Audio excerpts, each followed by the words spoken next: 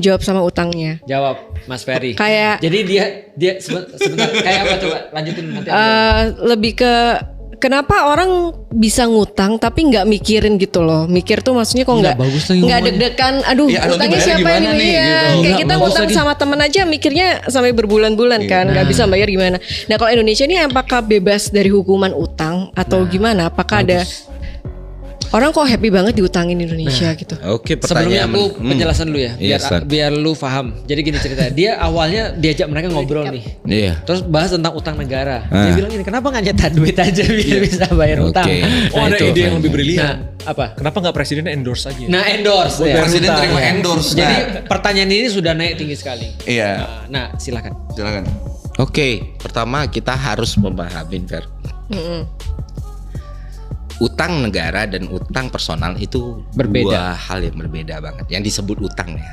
Utang ketika negara berhutang itu nggak kayak gua ngutang ke Koi untuk ini Minus gua mau 100. beli rokok nih 100 besok gua ganti ya gitu. Terus gua cabut gitu. Iya. Nah, sekarang sebagai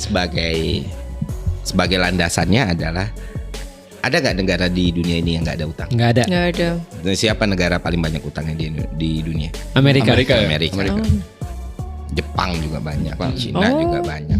Padahal ini negara gede-gede banget nih. Iya. Lucunya mereka juga ngutangin orang. Iya, Banyak juga. sebesar itu juga tuh. Oke. Nah, jadi konsep utangnya dulu nih negara. Nah, di Indonesia kenapa kita utangnya banyak ya? Karena kebutuhan kita banyak. Iya. APBN kita itu emang dirancang defisit. Artinya harus produktif. Nah, dari mana ini dibayar? Dari ya PNBP, pajak, hibah dan beberapa penerimaan negara lain. Artinya memang kita termasuk bagian dari yang membayar utang itu. Tapi utang itu dari awal sebenarnya dilakukan ya karena kebutuhan fiskal kita memang sifatnya negara itu kan harusnya gak berbisnis. Ya kan, yang didapati negara harus ditambah lagi demi kemakmuran rakyat. Ini konsepnya seluas-luasnya, makanya negara berutang. Yang berbahaya dari yang membedakan utang Indonesia dengan utang negara maju tadi dan segala macam sumber utangnya. Kebanyakan negara maju itu sumbernya bukan luar negeri tapi dari dalam sendiri Betul.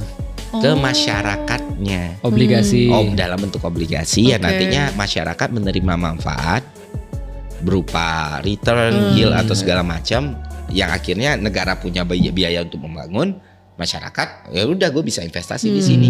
Nah di Indonesia memang porsi paling banyak kita masih obligasi. Cuman utang-utang luar negeri kita sifatnya beberapa itu jatuh tempo. Defisit kita semakin besar,